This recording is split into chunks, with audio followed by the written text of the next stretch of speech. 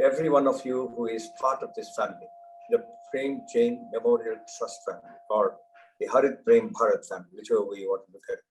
This week has been really absolutely fantastic. The numbers of events that are going across the country on what I call the Prem Sumiran that is happening across, with so many people remembering him for whatever, is absolutely unbelievable. This is the fourth year. It started in 2019. The trust was founded in December 2018, maybe 2 months after he died in September.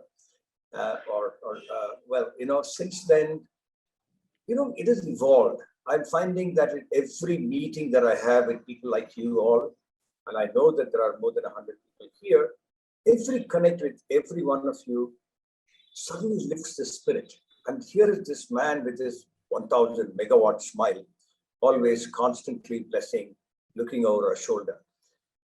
Today we have a person called Raj Rajaraman. I've had the rare privilege of knowing this person, who is not just reflective, soft-spoken, but comes with a certain power of self-reflection that emanates from him, which sort of exudes from him, even on platforms of this kind, which are online.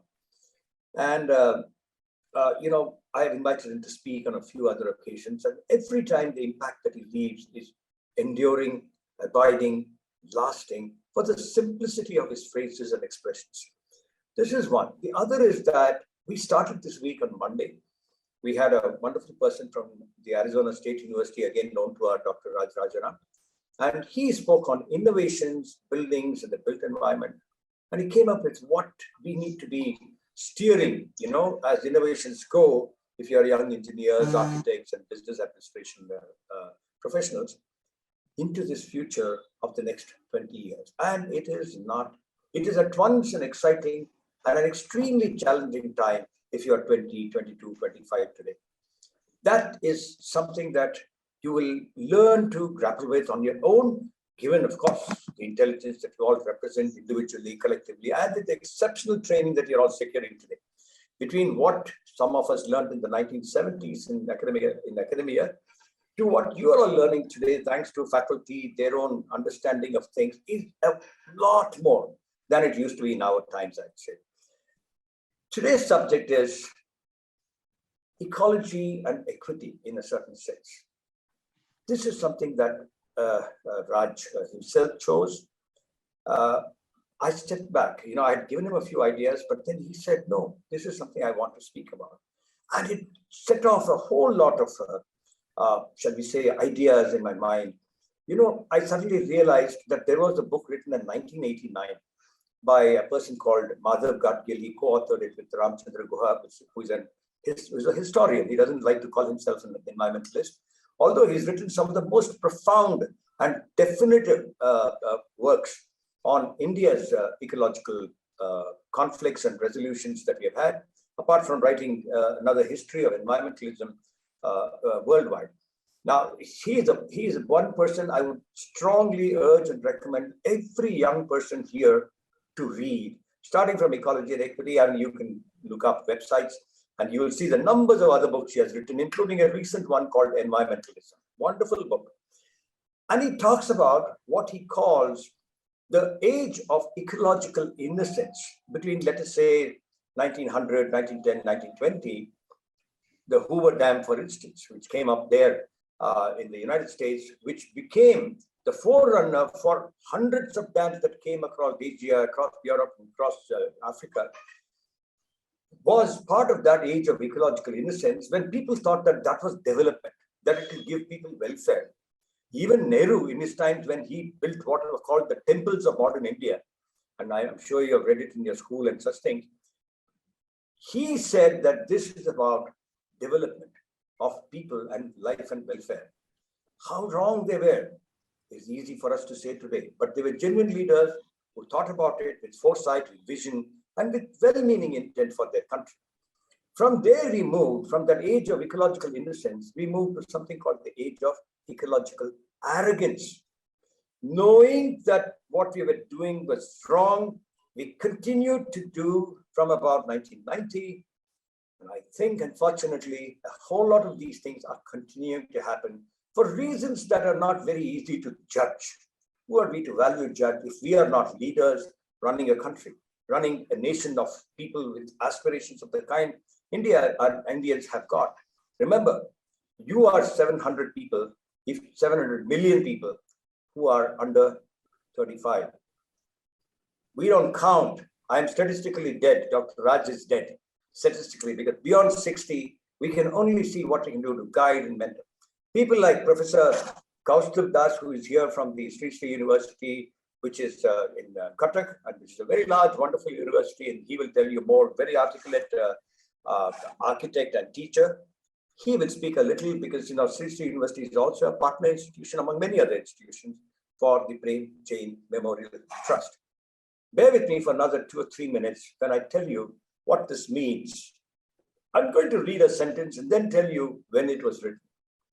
The tragedy today, listen to this sentence. The tragedy today is that educated and moneyed classes are altogether out of touch with the vital fundamentals of existence, our Mother Earth and the animal and vegetable population which she sustains. This world of nature's planning is ruthlessly plundered, despoiled, and disorganized by man whenever he gets the chance. By his science and machinery, he may get huge returns for a short while, but ultimately will come desolation. We have got to study nature's balance and develop our lives within her laws if we are to survive as a physical, healthy, and morally decent species.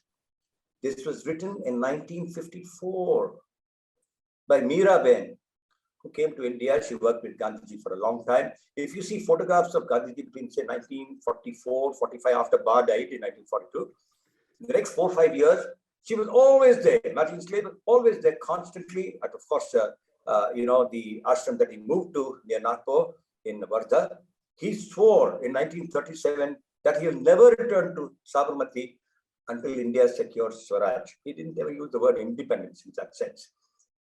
And 1947 happens. He didn't ever concede it to be Swaraj. He saw this splintering of the country, and he was a very, very sad man. 5 months later, in January, he dies. And he had a ticket back. He had a ticket back to Wardha. 3 tickets, actually, two for those other ladies. And then Madeline Slade continued to be in India. She died much later, but she writes this in 1954. There are many other people. Mukherjee, 1915 to 1922 or so.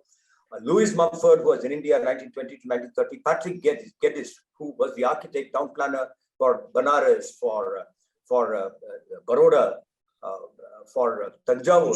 7 cities. He was the master planner. Kaustubh knows what I'm talking about.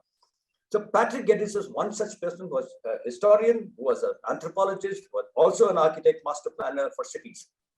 He wrote such phenomenal things, and you as students of architecture and engineering and various other things that you all represent, and truly, fundamentally, as Indians, as young Indians who are the future of this country, you should understand that history of India and of all those people who spoke what they did. Now I request Yatin to show a short film of about 4 or 5 minutes about the trust and about the humaneness and the compassionate approaches that Dr. Jain brought. Over to you.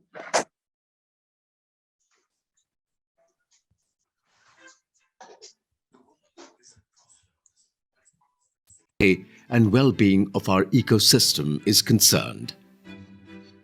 With rampant urbanization, environmental degradation, and grave consequences of climate change, an overall path correction has become imperative to the existence of all living forms on Earth. Should we continue with the abuse of our precious natural resources? Should we use technology and innovation to conserve them? Can we reduce energy usage with a mindful approach and renewable sources? Dr. Prem Jain anticipated many such challenges we are facing today way back in the 70s. Over half a century of dedication and tireless efforts, he thought and spoke a language that was way ahead of its time. His passion and commitment to his Janmabhoomi and to his own mother ran equally deep. From my earliest childhood, it's been ingrained with me that truth will always win. What we call Satyamev Jayate. She also gave us the love for all living creatures, trees and plants, the message of non-violence. And ever since my childhood, I've always respected that all life forms are equally important. The last 10 years saw the culmination of his efforts by remarkably shaping the green movement in India, and his countless admirers began to refer to him as father of green buildings in India. The green revolution he started is the foundation of his legacy. In 2018, Prem Jain Memorial Trust was conceived to carry on his mission and founded upon his values, ideals and vision of a greener Bharat. Today, the Trust enjoys guidance of the best minds of the industry, champions of sustainability, corporate change makers and academicians. PJMT is set on its journey to create, establish and maintain sustainability directions through education, recognition and rewards that nurture future generations.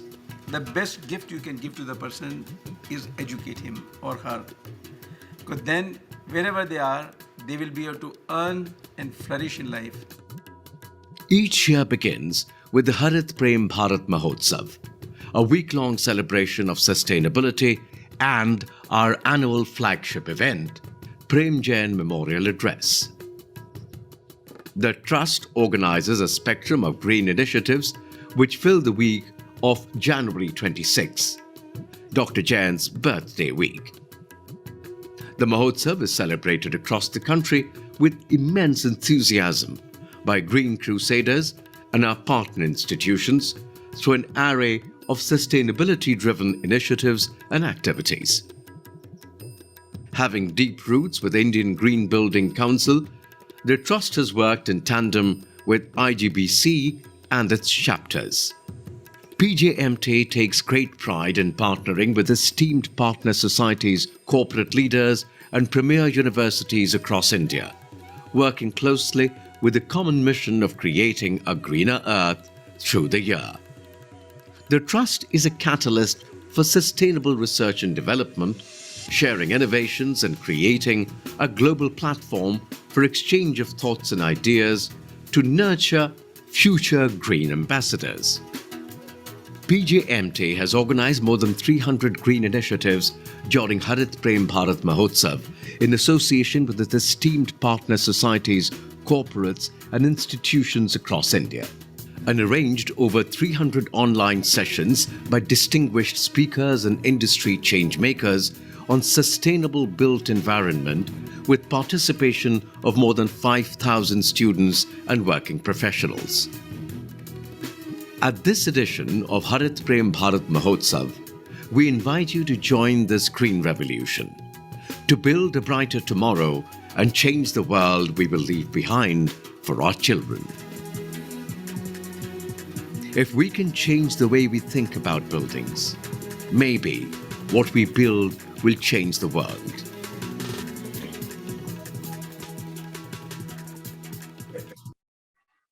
Let me acknowledge the presence of Geeta Vaidyanathan. I've known her for many, many years now.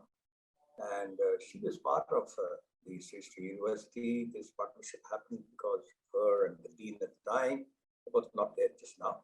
Kaustav is there, of course. And well, before I invite Architect Kaustav to speak, would you want to say a couple of things?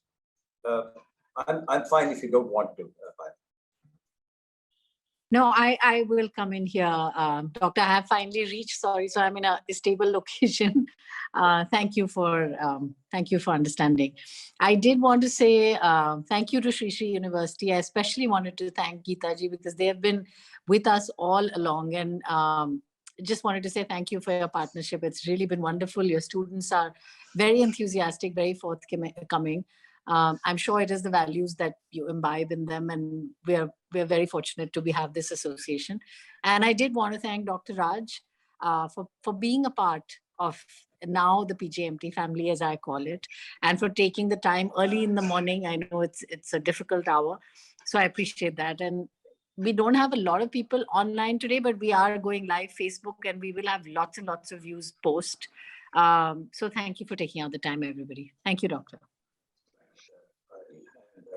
Geeta will be embarrassed that we are taking her name. She's like that by nature, extremely self-effacing, extremely sharp, analytical, on the ball when it comes to work. It's a delight working with her, actually.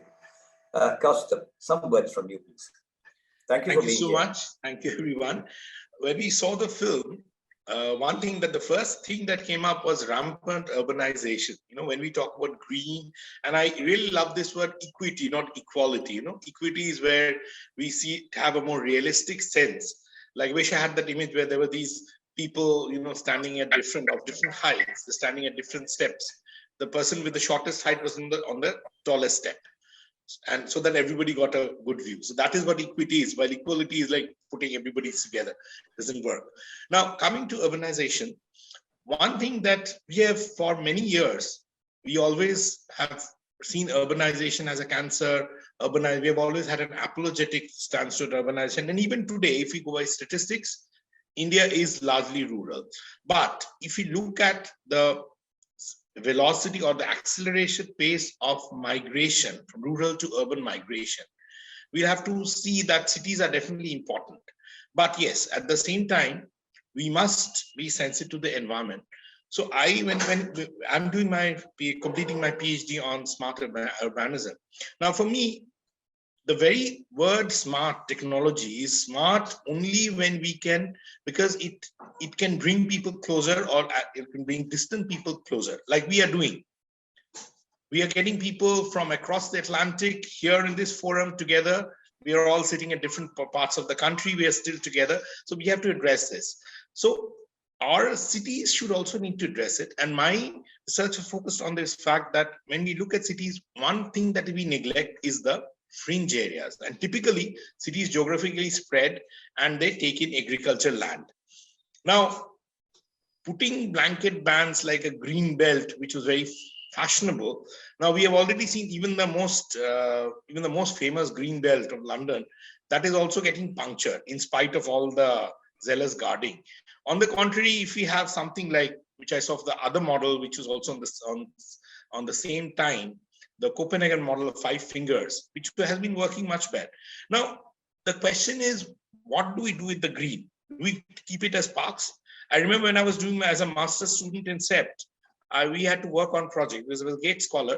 So on that project, once we did on the Sardar Sarovar Dam area. And so this concept of green came up. So many people said, we just can't keep it green. We have to make it remunerative. Now, green can be remunerative also. It can mean orchards, it can mean forests, it can mean various things. But one challenge that we are facing today is global warming. We are seeing forest fires, we are seeing polar caps melting, and if the polar caps melt, scientists predict that they'll unlock millions of years ago viruses and microbes, and we don't know what effect it will have on us. So it is high time we stopped it, and we have to check our ways.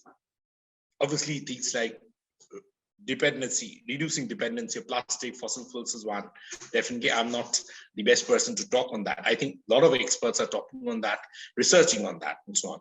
From my discipline, I'd like to say that, like if we can, now we have various types of farming. We have aeroponics, we have hydroponics. Now, these fringe areas, if we can have these large hydroponic farms and grow crops and large, except for a few crops like say wheat and paddy, which cannot be grown. A lot of leafy greens, vegetables and fruits can be grown. So we save up on a lot. So we unlock that land, which is just going into agriculture, into forests. Because urban arboriculture and landscaping has limited effect on cooling of the planet. What we need is to have more forested land. We're already cutting down forests. I'm saying you increase the forest, but not at the cost of human habitation. And at the same time, solve the problem of migration, where these migrants, most of whom coming from agricultural backgrounds, they have an innate understanding of crops and plants. They might need a little bit of training, probably then they can train us in a way as to how plants behave, how crops behave, how vegetables grow, and so on. And they can also have a dignified living, and we can also have the fringes in a more meaningful way, and not just the typical sprawl that goes on eating and eating into agriculture, natural forests, and we don't know what to control it, how to control it. And then we go on complaining as to why we have leopards coming into our enclaves, which is happening in like Bombay. Now, it is not the leopard's fault. It is our fault that we have built towers in their area. We have encroached. They have not encroaching.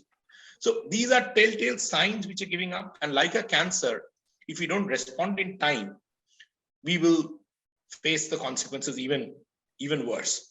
And it is high time we do it. And I'm happy that Premchand Memorial has already taken an initiative in popularizing, raising awareness, and organizing talks every now and then to propagate this idea. That's all that I have to say. Thank you so much. Over to Dr. Rajaraman, please. I don't think we need to talk much about him, his illustrious career and his contribution. Thank you so much. Great. So Thank you, Kaustubji. Thank you. Thank you, Dr. Hari. And I'd like to thank Pyle and the PJMT Trust for giving me this opportunity to speak about the passion that Prem Jain had. It was such an honor. I met Prem Jain in 2009 when he came to Chicago for the Pan IIT meeting. And he, as usual, chaired the green building session at the Pan IIT conference. And my friend Upendra Jain was listening. He was visiting also, and he said, let's go and visit, listen to this lecture. So I listened to that session there, just was blown away by his vision and what he has done, building his team of architects, engineers at in his company to see this vision through in action. And I spoke to him for a few words, but those words and the work he has done, it just resonates with me all the time. And I'd like to also thank my niece Purva Malik, who helped me with my slides. And with that, I want to talk about what the task ahead of us is. At the Glasgow conference, November last year, our Prime Minister came here, along with another young girl called Vinisha Umashankar, I'll talk about later. But our Prime Minister said, we are going to have 5 goals. He called it the Panch Amrit. Panch Amrit, our tradition of having Panch Amrit for any offering to God. 500 gigawatts of green energy by 2030, 50% of total energy would be green by 2030, and reduction of 1 billion tons of carbon dioxide, reduce carbon emission intensity by 45%, and net zero emission by 2070. And energy efficiency is the foundation for everything. Without this, all these things will not work. We have to be energy efficient. So once he made a commitment on India's behalf, we as Indian citizens, and all of us as global citizens, have to do our part. And that is what my talk is going to be, that we can achieve these goals, but we should not neglect the fate of the poor. They are the most vulnerable with climate change. They die in large numbers, live a miserable life, and we cannot let that happen because we are enlightened individuals. And so we have to ensure that they don't die due to lack of water, energy. But apart from that, that they thrive with good education and skilling programs. My friend Niranjan Khatri, who has been my guru in greening because he has done this for many, many years, and who introduced me to Dr. Hari, a great person I've met through Niranjan. He is going to be talking tomorrow on his efforts, local, national, state, national, on how to make this happen, how people can help with this equity in this times of climate change. But I will focus on broad principles of citizenship, our duty as citizens, what we can do for ensuring a sustainable future, especially for the vulnerable communities in this era of climate change. I have been very, very fortunate to get involved in my community, Chicago, for many years, and internationally through many NGOs in India and nonprofits in the US.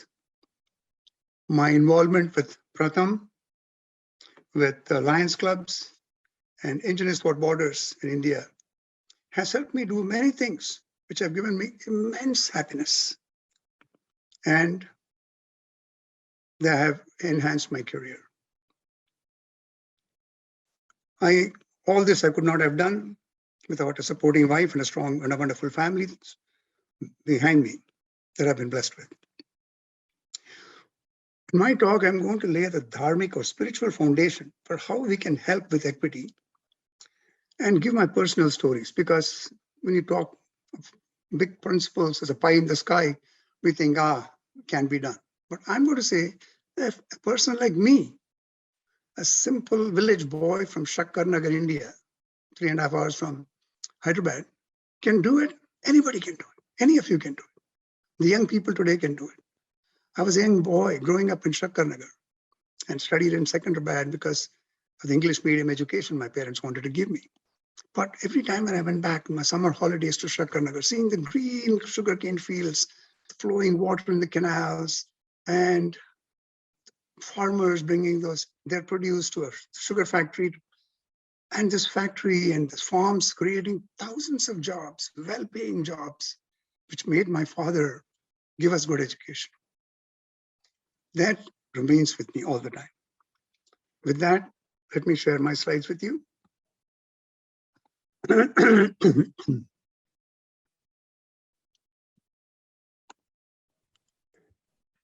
Please share, sir. Okay. Okay, thank you. So, all working together for our planet is what the theme is. What is climate change? You hear the word climate change, immediately some will deny it, that humans have anything to do with it, it's all nature doing it, we have nothing to do with it. And others will forcefully say that it's our obligation to prevent and mitigate the effects of climate change. Finally, after several global conferences convened by the United Nations, over 180 countries have agreed to take action to manage climate change. At the Earth Summit in 1992 in Johannesburg, the United Nations Framework Convention on Climate Change was launched. And since then, they have done some amazing things. Mary Robinson is the champion, and she still heads this effort called climate justice around the world. What is climate change? I'm glad that India was one of the first countries to recognize the need to combat climate change and change the Ministry of Environment and Forests to add climate change to it. According to Mary Robinson, the month of March 2017 represented the 627th month in a row of warmer than normal temperatures. In 2015, the Middle East and the Persian Gulf registered record temperatures as high as 73 degrees centigrade. How can any human being or animal live under those conditions? Many people died in their homes in Chicago a few years ago. These were the old and poor people who did not have working air conditioners in their homes. Damage to property and loss of life in India has been horrific due to climate extremes in the past several years. When I was a boy, I used to hear the Brahmaputra flooded and so many people were killed, so much property was damaged. This river did this river. Because we don't manage it. We have just become complacent and just take care of nature.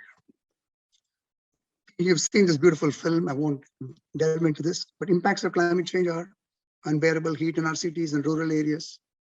The last 10 years, we've witnessed hotter temperatures than ever before, with the hottest year being 2016. Many people died in Europe, the United States, and India. And Al Gore published his book, Truth to Power, in which he documents all this beautifully. I would suggest anybody who's interested read that, because that he really says how all of us have to work to improve this situation. extreme floods, which we never anticipated or designed for. The frequency of such floods is also increasing. In New Jersey, we claim our infrastructure is very good to handle all these extreme floods, was overwhelmed and 24 people died, being trapped in their homes and roads. Extreme drought has impacted food production and created farmer suicides in India. Extreme wildfires lasting for longer than ever before, causing damage all around the world. What are we doing about this? We know all this. We're seeing it with our own eyes and experiencing it, but what are we doing about it? So, under the leadership of the French president, US president, and world leaders from Asia, China, everybody getting together on a common platform in Paris, we signed the Paris Agreement. 190 countries signed it. The world was very hopeful that we can keep the temperature increase to under 1.5 degrees centigrade. However, things changed drastically in 2017. The United States elected a new president who did not believe in climate change and wanted to reverse the action taken by his predecessor. The COVID pandemic hit us in 2020, and all the financial commitments made by rich countries to help the developing world were forgotten. However, the slowdown of economic activity during the pandemic showed us that humans can slow down the emissions of carbon dioxide and other greenhouse gases. We have to learn from the pandemic and rethink our development models. For instance, the Paris Agreement have shown the following for us. We cannot depend on governments alone to do the hard work required to stop and reverse the buildup of greenhouse gases in the atmosphere. We can slow down the emissions of greenhouse gases by consuming less and leading a simple life, which we had to do during the lockdowns. Young people can take the lead, and this will be listened to by the business leaders who need the young people to buy their products for them to survive in business. Young Swedish girl, Greta Thunberg, mobilized the whole world to pay attention to climate change. And she set an example by not traveling to the US by air, but by boat. The United Nations and other world leaders paid attention to her calls for slowing down greenhouse gases. Other young leaders from around the world spoke at the 2021 Glasgow conference. Equity as it relates to climate change. Equity is defined as the quality of being fair and impartial. As Kaustubh Das ji said, for equity, we have to give a platform for people who need that so that there is equity in our society. So there are two terms we have to remember when we think about equity and climate change. Climate justice. Mary Robinson, past president of Ireland and UN Secretary General's special envoy on climate change, says is putting people at the heart of the solution. The fight against climate change is fundamentally about human rights and securing justice for those suffering the most from its impact.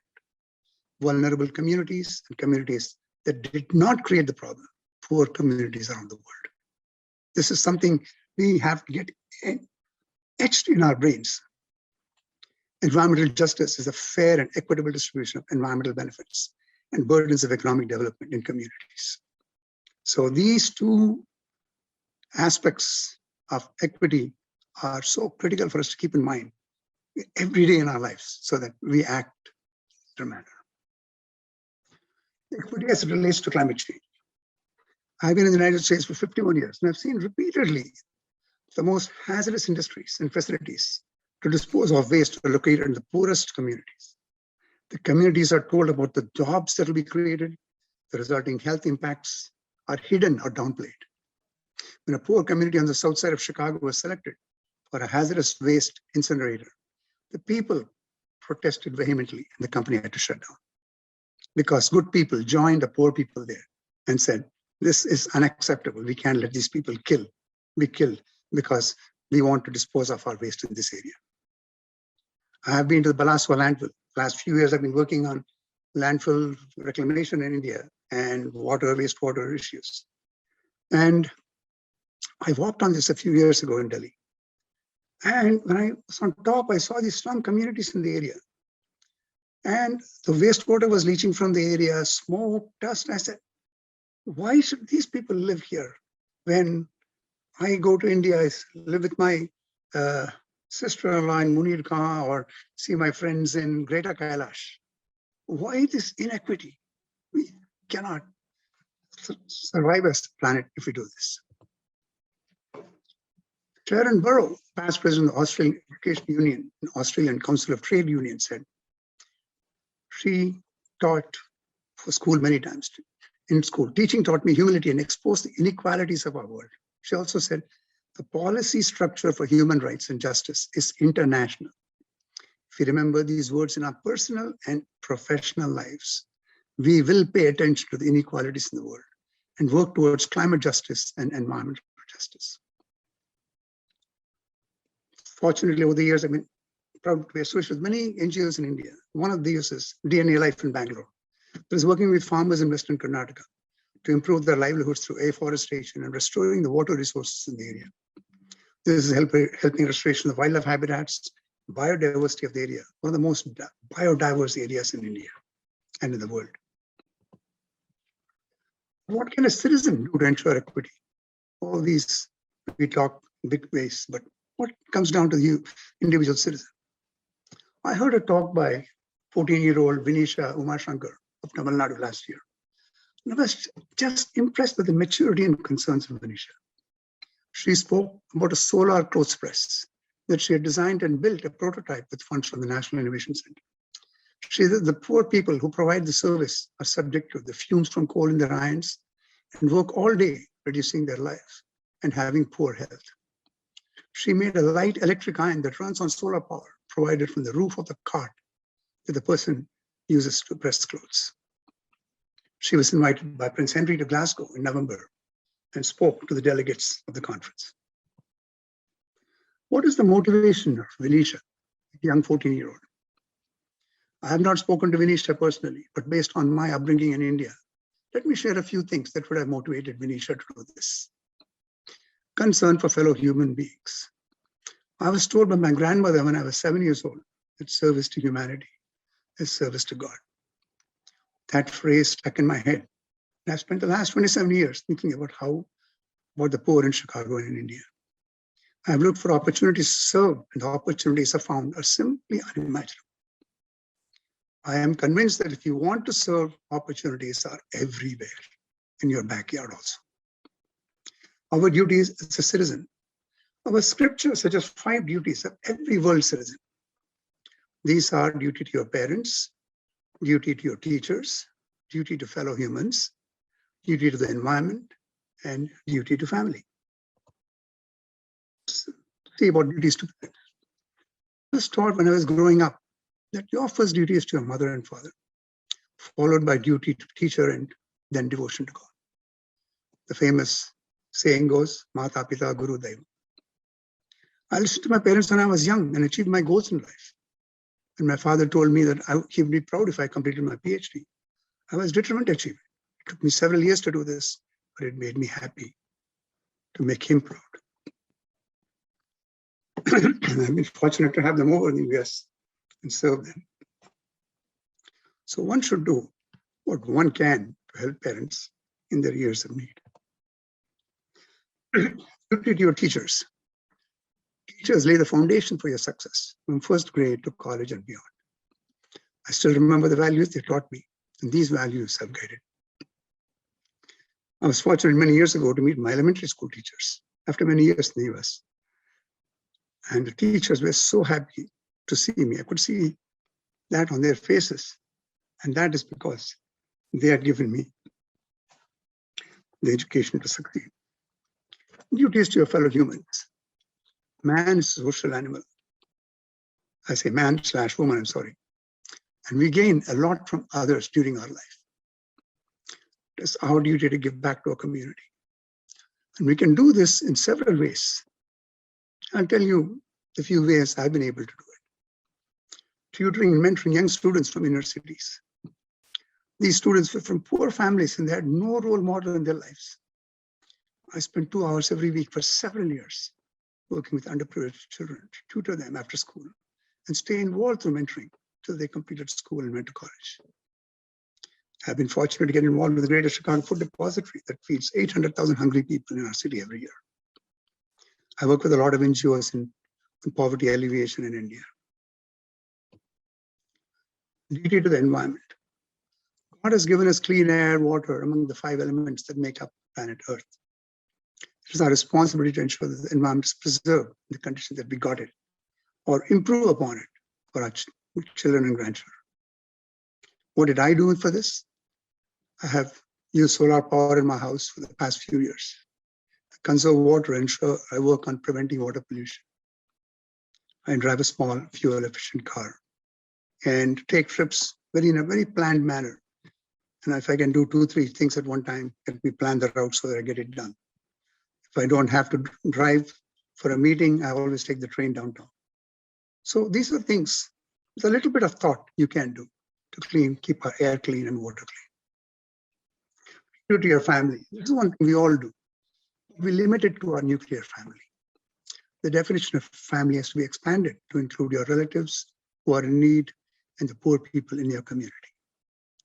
Inculcating values in our children so that they understand their civic responsibilities and other duties mentioned earlier. What can you do in your community? There are many things you can do in your community and set an example for others to follow.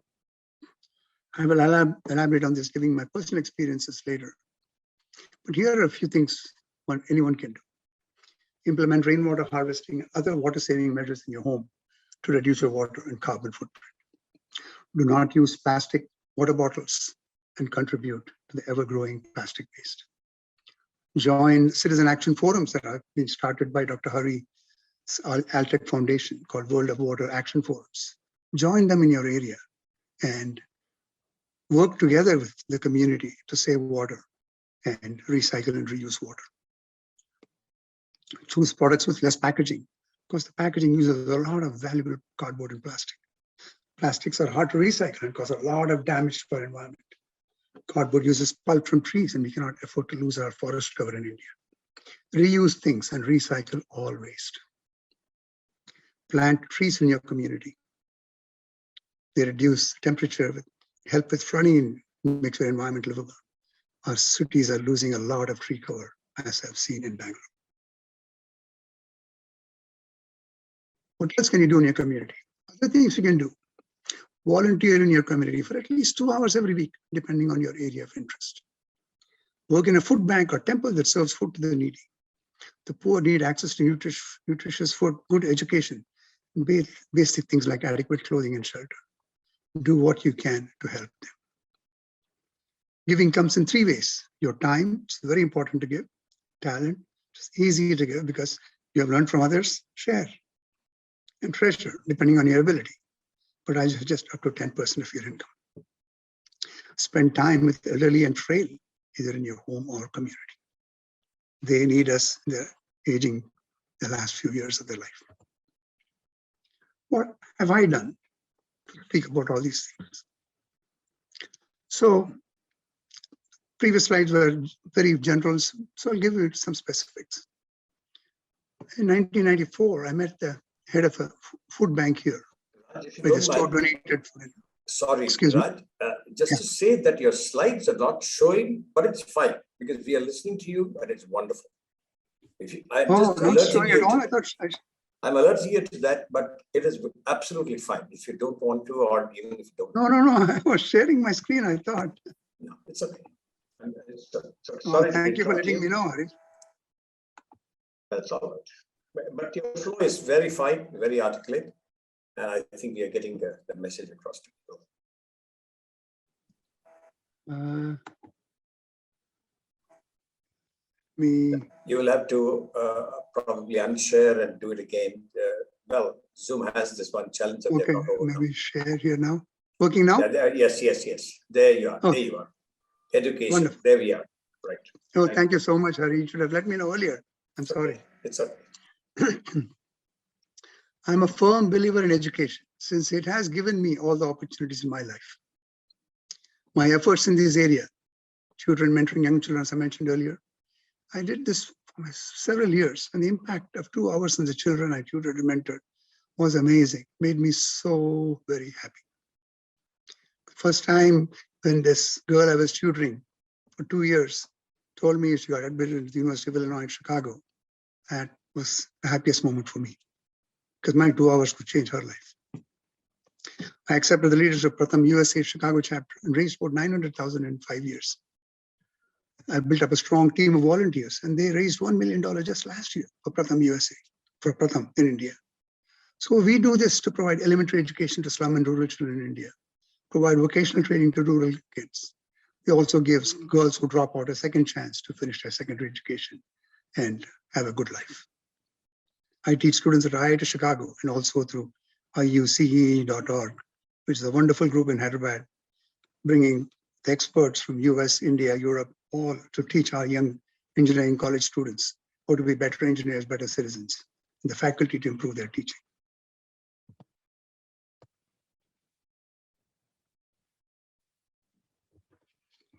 My next slide.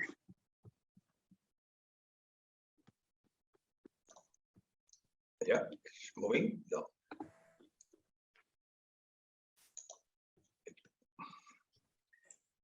It's frozen. Maybe you have to do an escape and come back. Yeah. Yeah, not the extreme left. Yeah.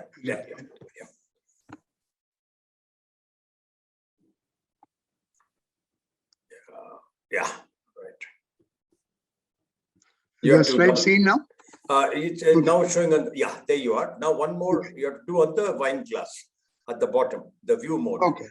Okay. The view mode, yeah. There you are. That's right. That's right. Okay. Yeah. You're right. You got it. Yes, please. So what can we do for the environment? I started life as a mining engineer in India and continued in the US for 10 years. However, I got the opportunity to work on wastewater projects in Chicago in 1988. And through my company, Midwest Engineers, I did many tunneling projects for wastewater management. So taking the wastewater away from our Lake Michigan, which is our freshwater source, drinking water source, so that it can be managed properly through our wastewater treatment plants. Also had opportunity to clean up several hazardous waste sites in the US and India. In 1994, I got the opportunity to work with a large firm in Delhi to introduce wastewater treatment technologies to power plants in India. After 3 years of doing that, I, 97, founded Tetra Tech India to expand the work to do a range of environmental projects in India and build a team of great young engineers who are still improving the environment in India. I teach school children and college students about the environment whenever I get a chance. Going the other way. Yeah, right. Okay. Mahatma Gandhi is my hero. We heard about him from Dr. Hari in the beginning. He told us one should lead by examples of just preaching. This had a profound impact on me, and I was always seeking opportunities to serve people and build teams to serve the poor in the US and in India.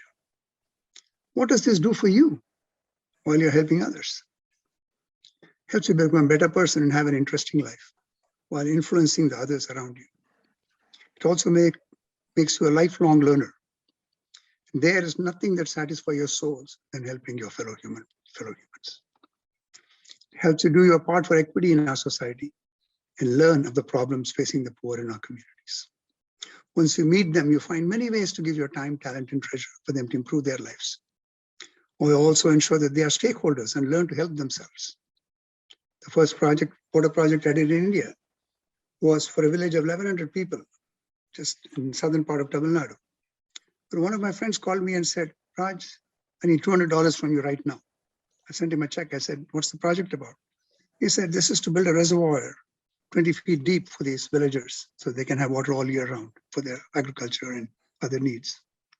So he made sure that $2,000 was contributed by the villagers. $2,000 came from the panchayat. The other 2,000, he called 10 friends. He got it within a week, sent it there, and the project was done in 3 months. And that village community is thriving. These are simple things we can do to help these villagers know how to get the money from government programs and how they can thrive. With that, now conclusion slide. What can we conclude from all this? Each and every one of us gets a lot from society, and it is our responsibility to give back to society. This starts in our neighborhood, but does not have to stop there. I've had the opportunity to help in Chicago and many needy communities in India and Africa.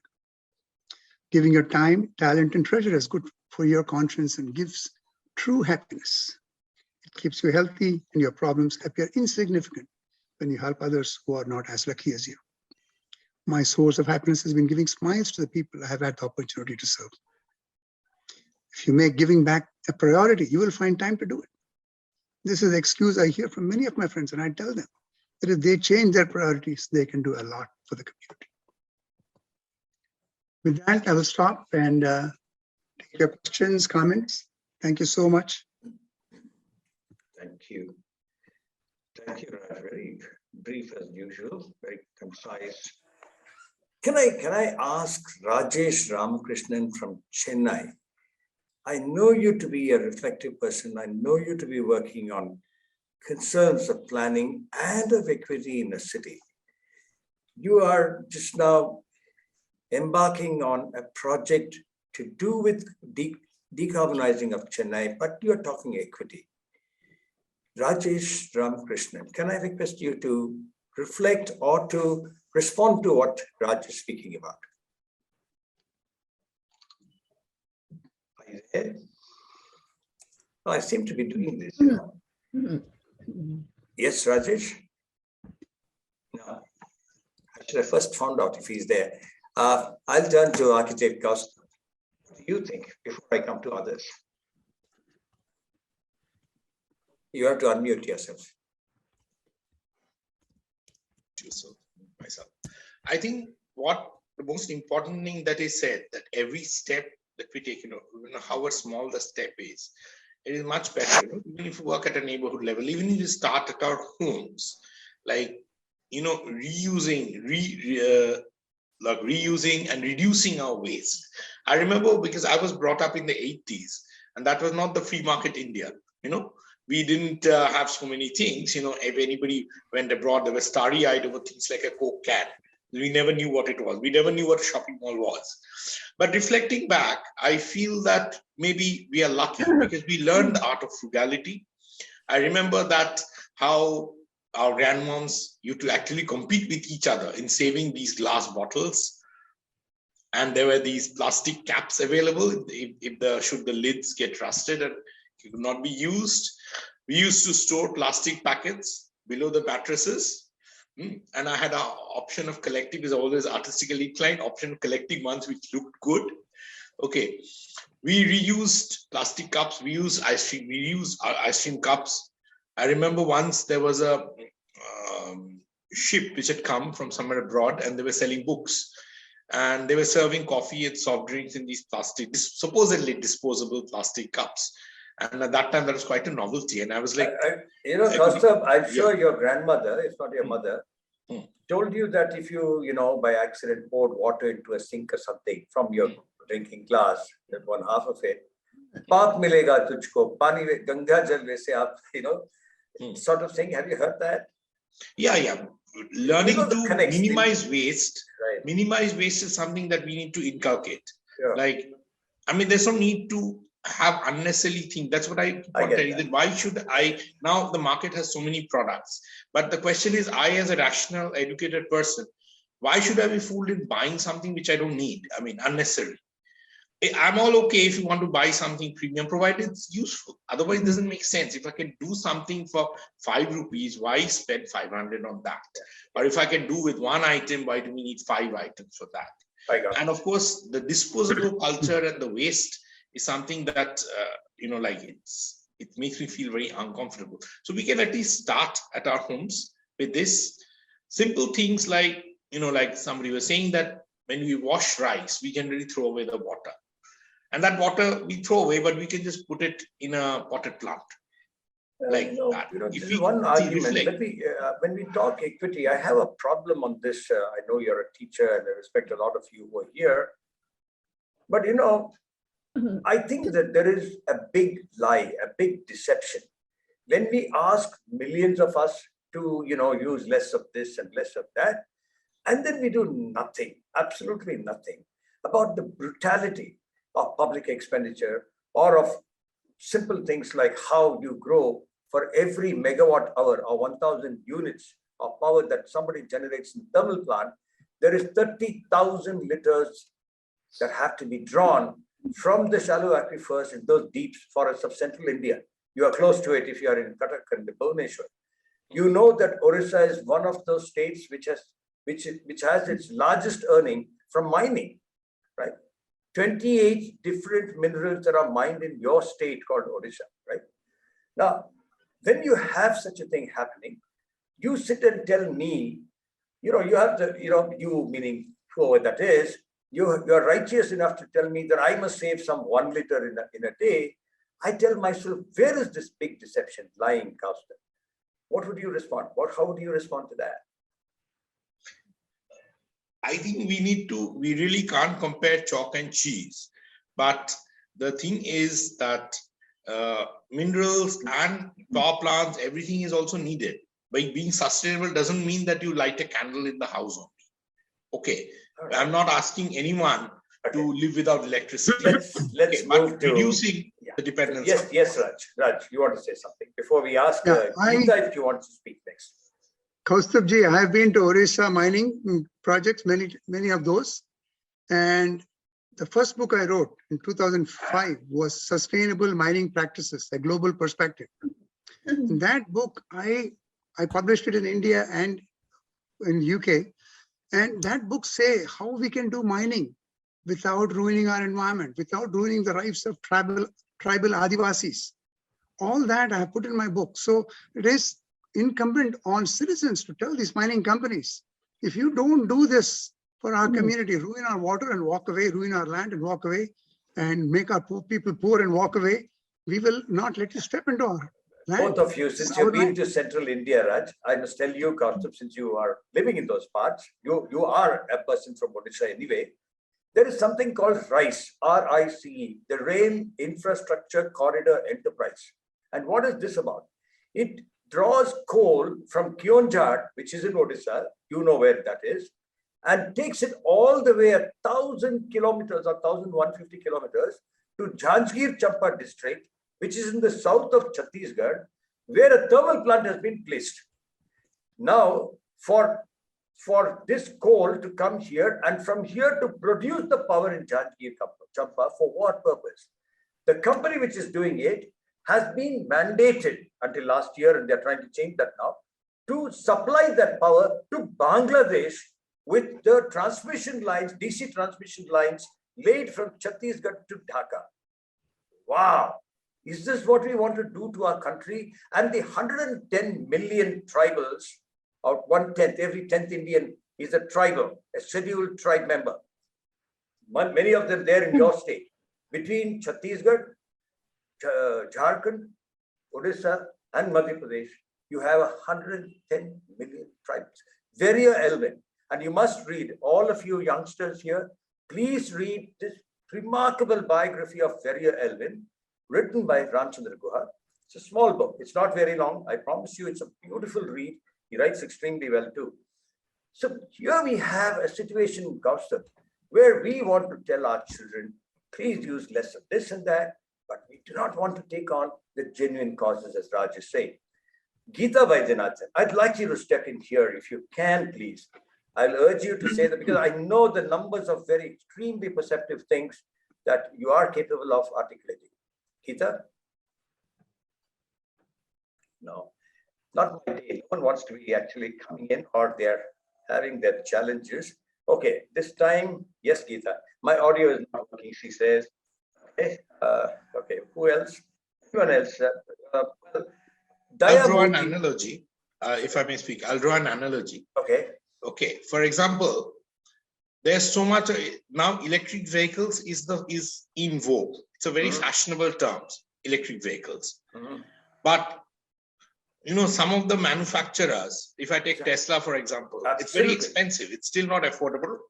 And one of the few countries, but there also with all the government subsidy and everything, it's still expensive. Norway has the highest number of owns and the highest number of Teslas, and they have the highest penetration of electronic charging vehicle points. Okay. Now, we will do that. At the same time, we'll launch cheaper vehicles, petrol vehicles, and we have a public sharing these Uber and these companies with taxis. We charge you more. They hike up their prices when you need them. right? We can't have, countries which have reduced the dependency on private vehicles. They have built a very efficient public transport system right from day one. Okay. So if I take the closest ally, that is Singapore. Singapore from day one had the vision, even when it mathematically did not have the load for that network of metro rail like London. It invested in that, and they have heavily taxed private vehicles. But people do get an alternate. But in our country, the problem is that we are not taking everything is done very piecemeal. It is very easy to put these statements. Yeah. We have 3-4 more people to speak. Yes, Raj. Yeah, we talk about what we can do for the people in our slums and people in our rural communities who are not getting good education or having enough clean water. That is the focus of PJMT. If they do it for the next few years, I will do whatever I can to help. I guarantee you that. Okay. Thank you. Raj, you have some 2-3 questions. I'm reminded a young man called, there's a gentleman called Gunjan Kumar who asks you, how do you see energy equity across the globe with the lifestyle disparities that we have, economically and otherwise? And then he says, it seems more educated. That is, the more educated you are, the less literate you are on resource abuse or resource use. Correct? How do you therefore battle with this? Raj asks. The question is for you, Raj. Now, again, why should we be uneducated about this energy use compared to other energy use? This we see. We go out of our homes. We see people in our sidewalk there, having a small coal thing to heat up their food or to keep warm. What can we do? We can help.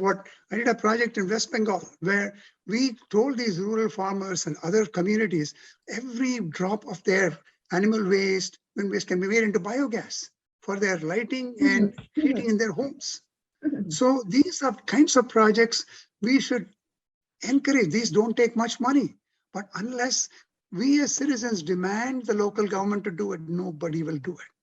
So we have to be cognizant that these people don't have energy while we have air conditioning whenever we feel like, and keep, like Niranjan Khatri says, we keep it even colder than it needs to be. Why not keep it at 25 degrees and instead of reducing it further? So these are the kinds of things we have to be sensitive to. We have to be extremely comfortable when other person out there is shivering in the cold.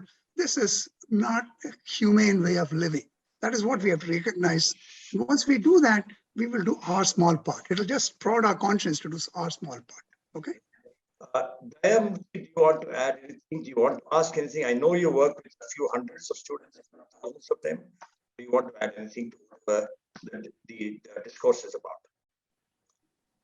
Dayamurthy. No?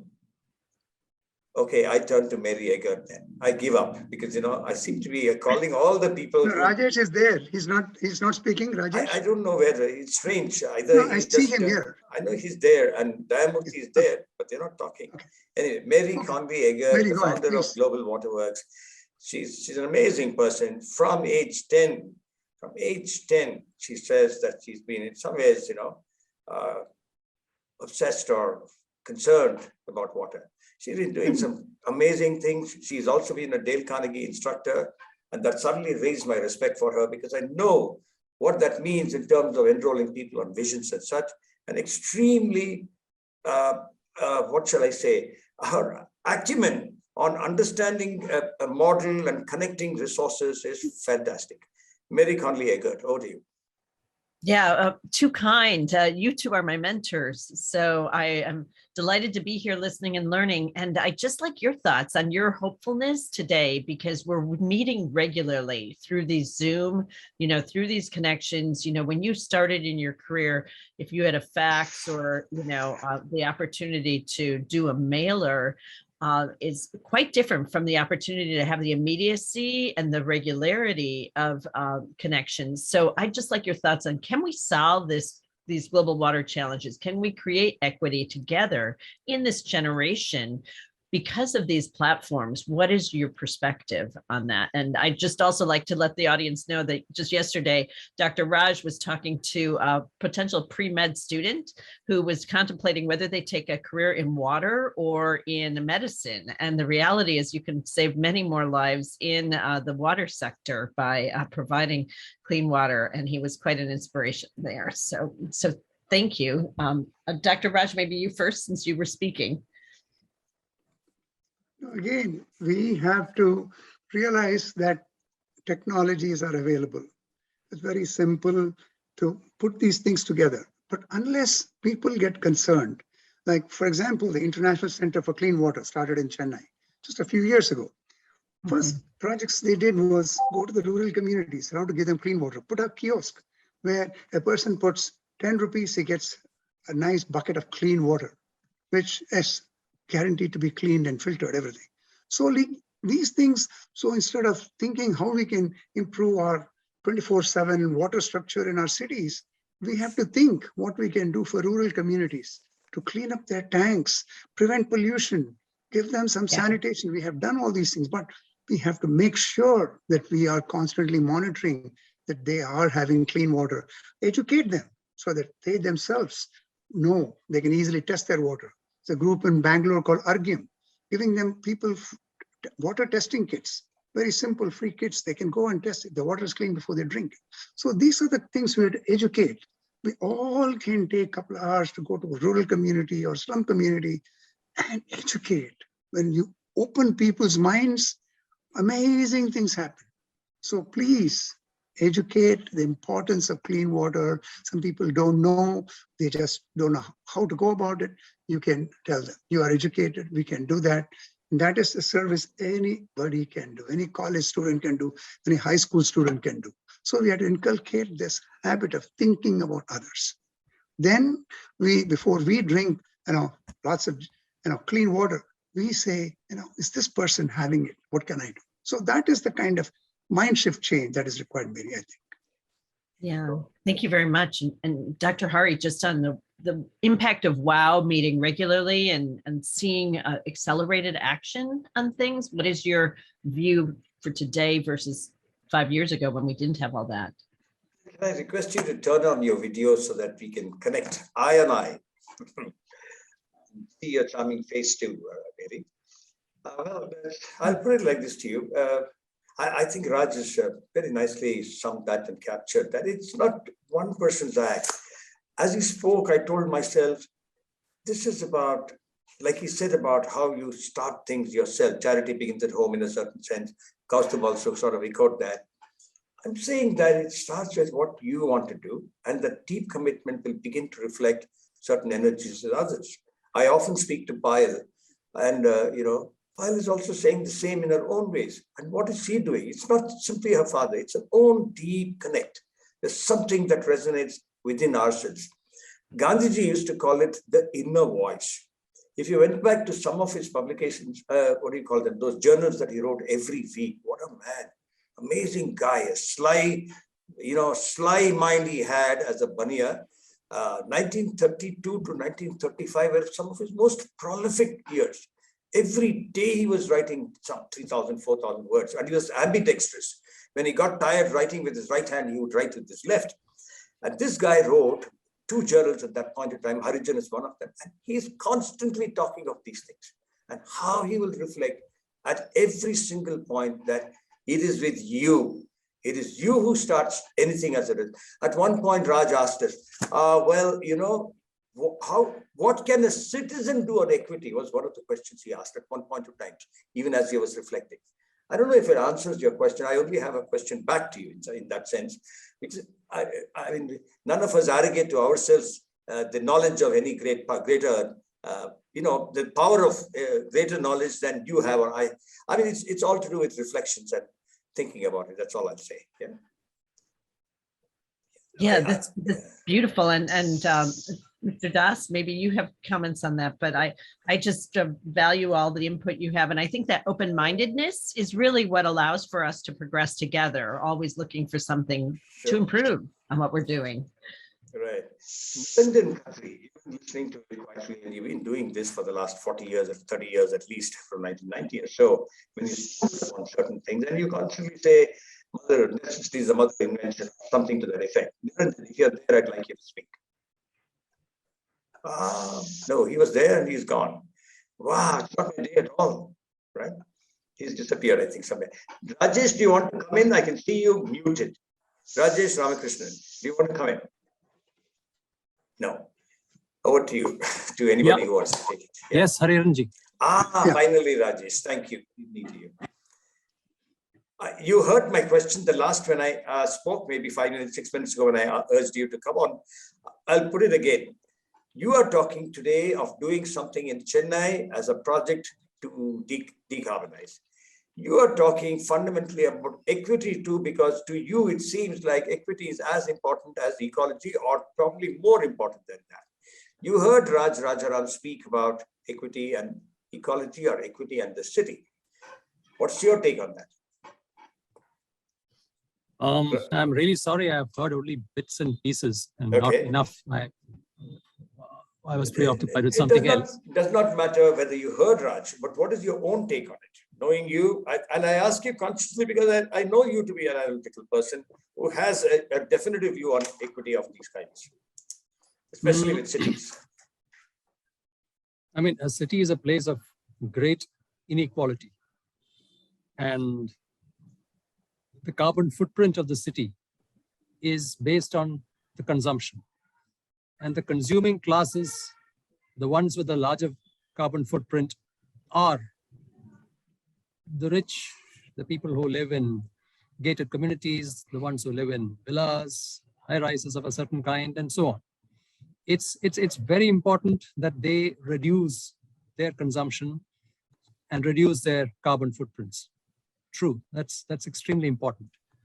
But by itself, that does not translate into gains for others, for those who do not have it, for those whose carbon footprint is at subhuman levels. Because there is a certain political economy that drives the provision of services, provision of infrastructure, and so on. So that requires an active movement for justice. So that's how the whole term of climate justice came about. So I think in the city, it's very important that one takes action on both fronts in terms of reducing the consumption of the rich voluntarily, and at the same time raising a voice for those who don't have what they should be having. They, of course, will raise their own voice as well. Raj, do you believe over the last, say, 5-6 years, you know, the longer discourse of the last 30 years of social justice has changed to this movement for climate justice? Has that happened in the world? No, it is slowly happening. For example, the first talk I heard before even the Biden administration came into power was a person he had named as Green Czar, Jeannie McCarthy, and she put together a panel of a state senator from New Mexico, and another person, and they said, what we are doing now in the administration starting in January 2021 when they took over, is every department of the government, every agency of the entire US government will think about climate justice, environmental justice, and what we can do. And the initiatives I've seen in the past year of how, starting from Glasgow to the things that are filtering. One of my friends works for the National Renewable Energy Lab in Boulder, Colorado. And he is saying now they're starting a green initiative, global initiative, green global knowledge initiative, funded by US government through state departments around the world. So these are the things that are happening because there are people who have been thinking of this for a long time. They are now in power and they are doing this. So we have to, if we don't have naturally good people coming into power, we have to elect them and we have to nudge them along and we have to do our part in our local community. So there is definitely, I see a very, very optimistic change happening. And I think in the next 3 years, US will set the course And India will set the course for more and more greening initiatives, environmental justice. And unless the citizens stay with the government and keep pushing them, this will slip. And so we have, as voters, tremendous responsibility to vote the right people into power who will do the right things for the people, instead of, just complaining about corruption, complaining about nothing happens. When people complain, when I close my ears, I said, what have you done in your community to talk about other corrupt people? You talk about yourself, what you can do. And that corruption will start slowly going away if more people demand it. Okay.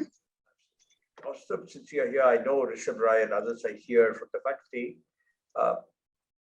We are 75 minutes to the hour now. One last, maybe 2 sentences from you on what you believe is the one single takeaway from what Dr. Raj Rajaram offered today for students in particular.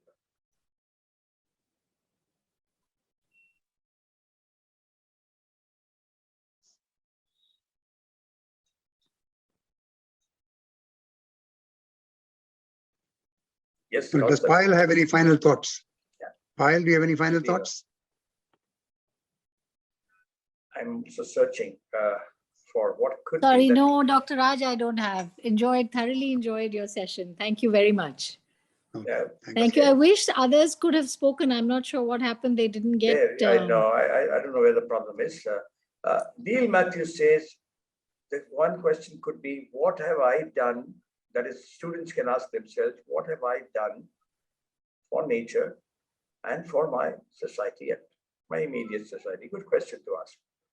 If you are today an architect, budding engineer, or whatever you are, ask yourself these 2 questions probably. I think that could be a decent takeaway. Thank you, Neil Matthews. Neil is a committed green solution provider from Bangalore, happens to be from here. Extremely thoughtful person in his own ways. Walks the talk. Okay, that's a good one. It's 77 minutes to whatever. Thank you so much, Raj, for spending your morning with us on our evening. Mary is there. Mary wanted to be there, I think, more to cheerlead you than to, to speak. Kaustubh, thank you so much to you, to all your faculty at Sri Sri University. A lot of them here, I'm not taking their names, to Geeta Vaidyanathan, of course, and to all those other people from elsewhere who are listening to this. Yatin Malik, thank you so much for all the effort you've been making right through this week. I know without the back-end work that you do, which is unsung and unhonored, such things cannot be seen and done on the front of it all. Mrs. Jain, I know you're listening to this. Nice to have you here. Payal, thank you so much for making time again. Tomorrow at 3 o'clock, is it at 3 o'clock? Thank you, Geeta. I saw the message. Yeah, 3 o'clock, sir. 3 p.m. we have Niranjan Khatri, who is the founder of something called I Somehow, who is going to be presenting on, you all know CSR, right? Corporate Social Responsibility and all that. He speaks on what is called ISR, Individual Social Responsibility. He has a good 1 hour, and it'll be a very provocative session, knowing Niranjan. I know Niranjan for more than a quarter century. Fantastic guy. He will go at you, and I'm sure you want to be there, listening to him, absorbing, maybe taking away something on a week that celebrates thought, celebrates green leadership, celebrates those ideas of Dr. Prem Jain and of many other such people who have inhabited the planet and these spaces of what you can do to push the membrane of both economic and ecological possibility. India has to grow. We have no doubt on that. You all need to have, decent life, your aspirations met economically speaking, but you have to balance that with also the equity, the ecology of the country and the fairness and such things that Dr. Rajaram presented today. Thanks so much from all of you. Any last words from you, Raj, before we close?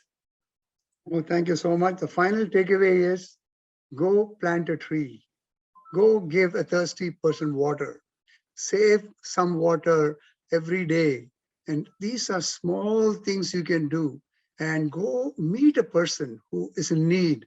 Talk to them and see what you can do.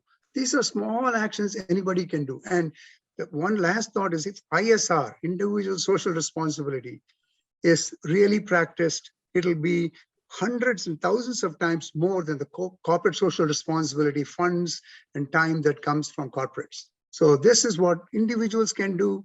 CSR is just something forced by the government, and anything forced will not stay for a long time. But ISR, if it's in our hearts and souls, it will stay with us forever and stay with the community forever. Thank you so much. Excellent thought. Tomorrow at 3 p.m., all of you have a great evening. We will meet again. Yeah, thanks so much. Thank Thanks, you. Payal. Thanks. Thank you. Thank you very much. Thank you. Wonderful. Thank you all.